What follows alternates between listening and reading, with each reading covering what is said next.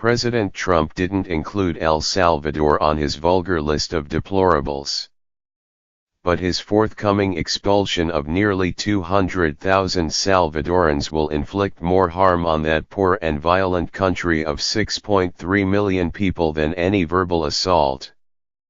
Actions speak louder than words. Haiti and the continent of Africa got off easy. Although I usually devote this space to the Supreme Court and legal issues, this column is an exception. There is no legal issue, as far as I can tell, with the president's cancellation of the temporary protected status that the George W. Bush administration granted the Salvadorans in 2001 after two devastating earthquakes. The shelter extended under the Immigration and Nationality Act, which currently covers citizens of 10 countries, is meant to be temporary, and the president can decide the time is up for any particular group. But in the 10 days since President Trump announced his decision, I've been obsessed not with its legality but with its cruelty and self-defeating stupidity. I've seen the story fade under the crush of a relentless news cycle, where every "have you heard the latest?" invites another scary excursion into the land of disbelief. So I will temporarily leave the Supreme Court to whatever mysterious inner struggles have limited the justices to deciding only one argued case since the current term began on October 2nd. That solitary decision, a unanimous opinion by Justice Ruth Bader Ginsburg on an obscure question of jurisdiction, was issued on November 8. No court watcher alive can recall such a slow start to a Supreme Court term, and it has become the subject of much head-scratching. The gates will burst open eventually, at which point the mystery may or may not be solved. Expulsions on the scale the Trump administration envisions are hardly unknown to history. Even modern countries, within memory, have sought to rid themselves of entire populations. It tends neither to turn out well nor reflect well on the expelling country. 200,000 people may not sound like a huge number on a historic scale. But the population of San Salvador, El Salvador's capital, is only 280,000. Money sent home by Salvadorans living abroad, most in the United States, where protected status conveys work authorization, amounts to 17% of the country's gross domestic product, according to the country's central bank. The destabilizing effect of cutting off this flow of capital is obvious. The potential economic effects in this country are less obvious, but real. Contrary to what President Trump might think, the Salvadoran community is highly productive. According to the Center for Migration Studies, a think tank in New York affiliated with a Catholic group, the Congregation of the Missionaries of St. Charles, 88% of Salvadorans participate in the labor force. The construction and food service industries are their biggest employers, compared with 63% of Americans as a whole. They pay taxes and own homes.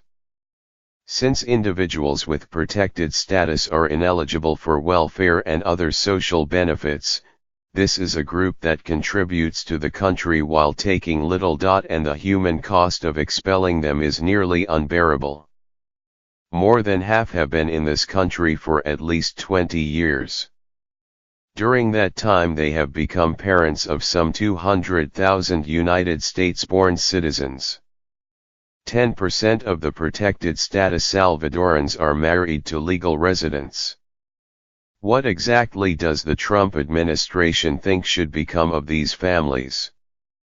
Not even a dog would leave their babies behind. Elmer Pina, an Indianapolis homeowner who has worked for the same company there for 18 years, said to USA Today. His children, United States citizens, are 10, 8 and 6 years old. So some number, probably a large number, of the affected individuals won't leave. They will be forced underground, turned from a life of productive labor to a life in the shadows where, in the age of Trump, immigration agents who chafed under the Obama administration's enforcement priorities and whose union supported and cheered Donald Trump's election feel free to go so far as to stake out a hospital to pick up and detain an undocumented 10-year-old girl after emergency surgery. It came to light last week that the anti-abortion zealots in charge of caring for unaccompanied minors who enter the country illegally were refusing for a fourth time, despite court orders to the contrary in earlier cases, to permit a pregnant teenager to exercise her right to an abortion. They yielded only when faced with another lawsuit. While temporary status is sometimes granted because of war or extreme political turmoil, the Bush administration added El Salvador to the list after a natural disaster, not a man-made one. But a man-made disaster did befall this unfortunate country not so long ago, in the form of United States support for a murderous right-wing dictatorship that the administration of President Ronald Reagan regarded as a bulwark against communism. The 12-year-long civil war there, during which the United States-supported military killed hundreds in the village of El Mozote, was a bloody final front in the Cold War, outlasting the Berlin Wall before it ended in 1992. The scars have faded, but memories are still fresh. An investigation into what happened in El Mozote was reopened in 2016 by a court in El Salvador at the request of 3 human rights groups. Revisiting El Salvador's bloody history is outside the scope of this column. But in this #MeToo era of standing with one's fellow humans, it seems to me that we owe something to that country beyond the sundering of families and the expulsion of people who did exactly what they were supposed to do, make the best of the opportunity extended to them in grace nearly a generation ago. Were we a better country then? Are we comfortable with what we have become?